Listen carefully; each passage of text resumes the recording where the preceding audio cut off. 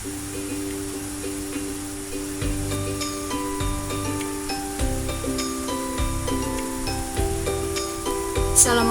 warahmatullahi wabarakatuh.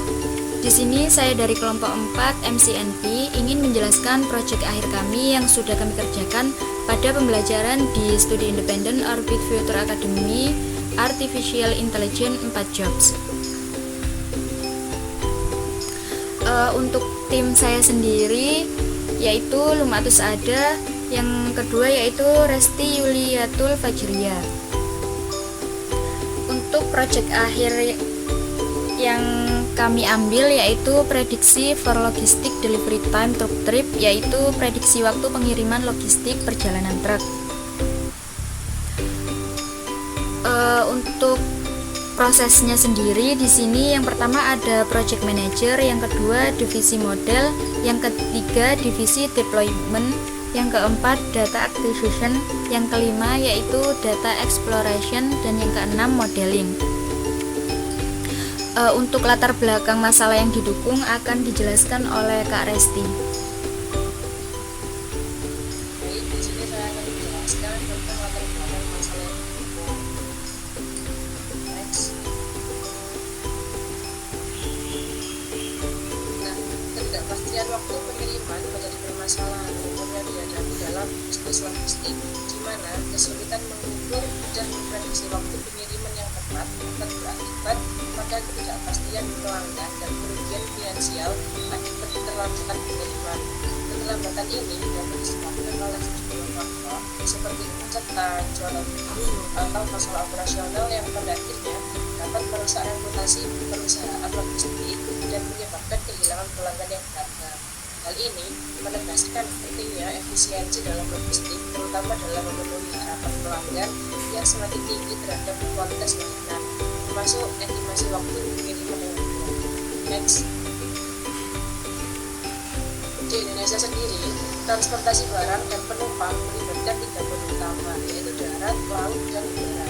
Karena ada permintaan yang signifikan untuk mengangkut barang dan penumpang, berbagai pengusaha dan perusahaan jasa angkutan beroperasi di ketiga jalur transportasi tersebut.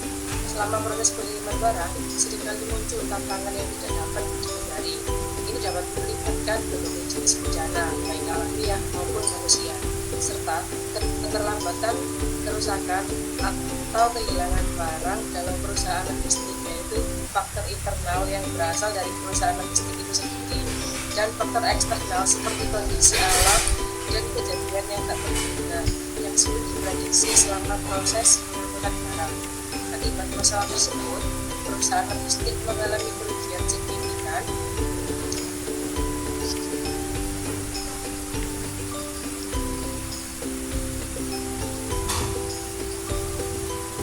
dalam bentuk penurunan pendapatan. Jika terjadi keterlambatan pada pengiriman, nantinya akan dilakukan peninjauan untuk menentukan penyebabnya, apa karena force majeure atau murni karena human error.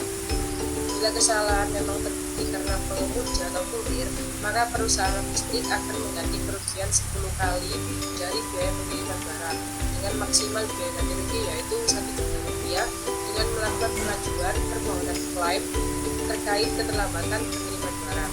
Next. Divisi operasional bertanggung jawab atas perencanaan, pelaksanaan, dan pemantauan pengiriman.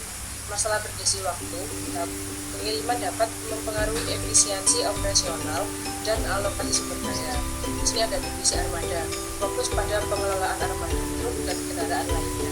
Ketepatan waktu pengiriman dan efisiensi itu menjadi perhatian utama. Kemudian ada divisi keuangan.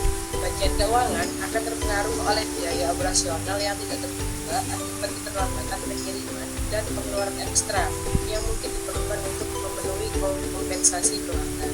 Kemudian ada divisi layanan pelanggan, yaitu berinteraksi langsung dengan pelanggan. Keterlambatan pengiriman dan estimasi waktu yang tidak akurat dapat mempengaruhi tingkat kepuasan pelanggan. Next.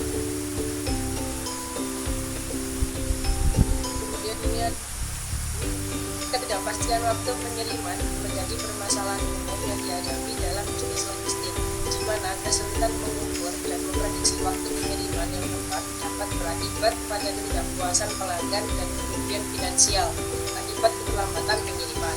Keterlambatan ini dapat disebabkan oleh sejumlah faktor seperti kemacetan, cuaca buruk, atau masalah operasional yang pada akhirnya dapat merusak reputasi perusahaan logistik dan menyebabkan kehilangan pelanggan yang berat. Untuk mengatasi permasalahan di atas yaitu dengan menggunakan teknologi. Yang pertama ada pemantauan real time seperti GPS atau sensor untuk melacak proses gerak secara terus-menerus. Teknologi ini nantinya dapat memberikan informasi perkiraan waktu pengiriman yang lebih akurat kepada pelanggan.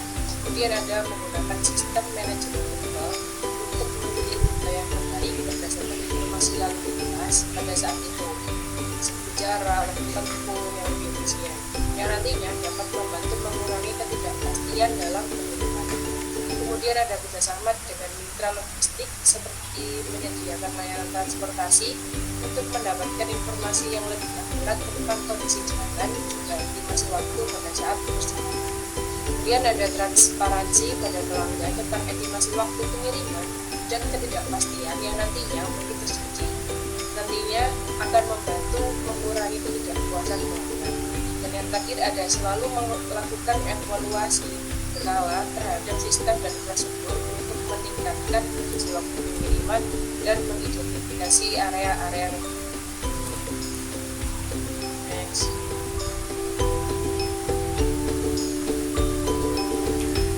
Selanjutnya untuk demo aplikasi akan saya sampaikan. Demo aplikasi atau hasil penelitian.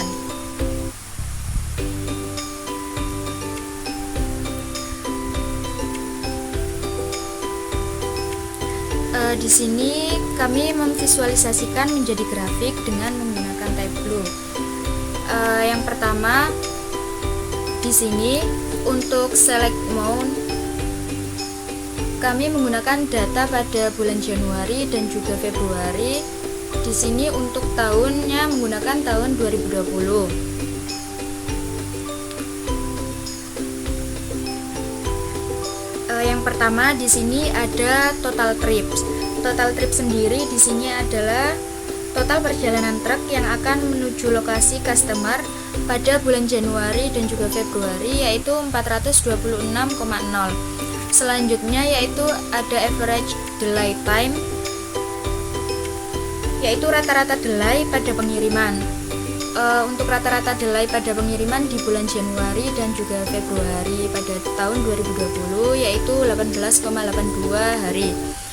Selanjutnya yaitu ada average transportation distance in km, yaitu rata-rata jarak antar truk yaitu 142,0.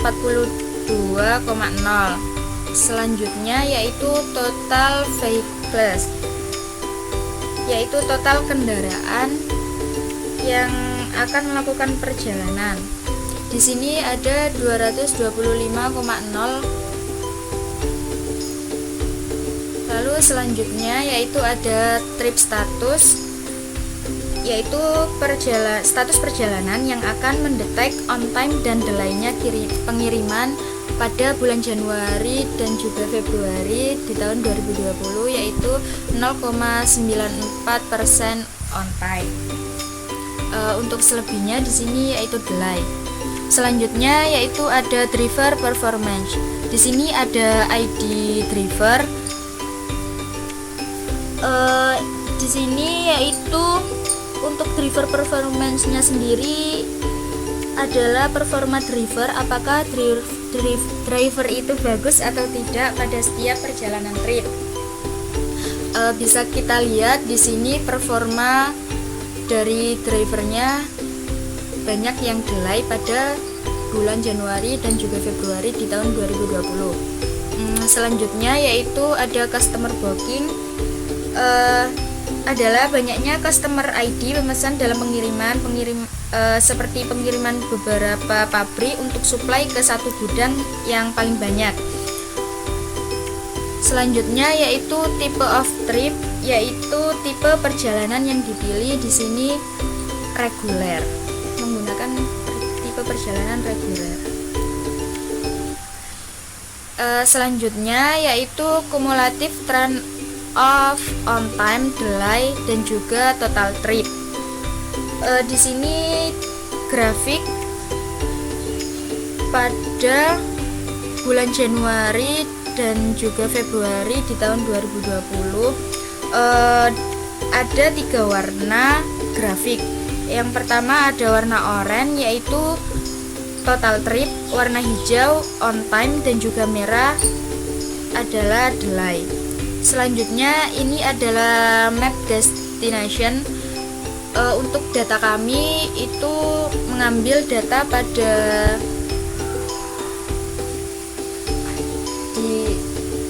Kaggle.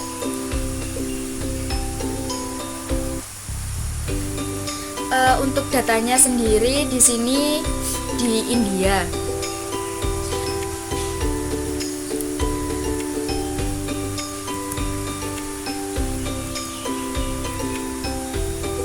Selanjutnya yaitu kesimpulan.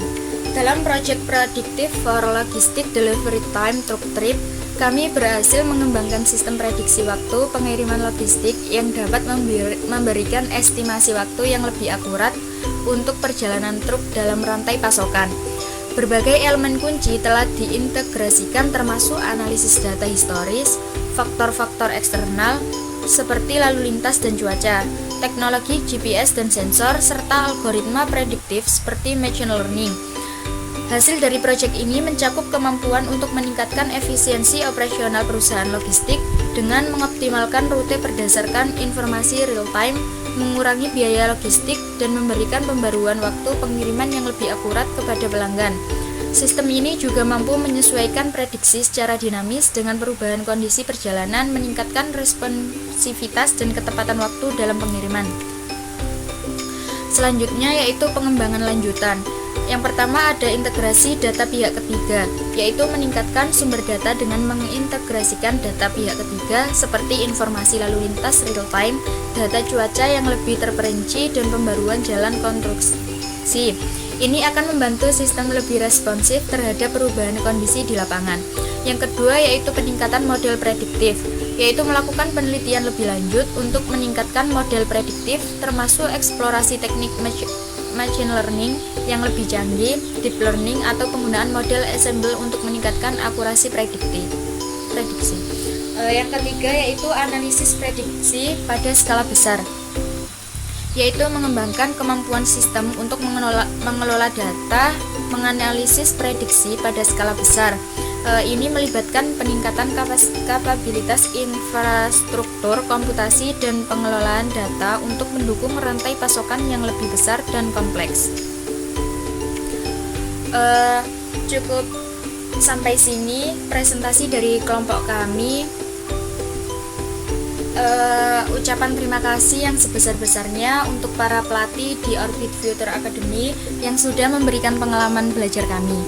Berkat bimbingan dan pengetahuan dari para mentor juga, saya mengucapkan terima kasih terkhusus untuk Coach Fernanda Pratama yang sudah membimbing kami dari awal sampai akhir dan dapat melanjutkan hingga terselesaikannya studi independen kami di Orbit Future Academy.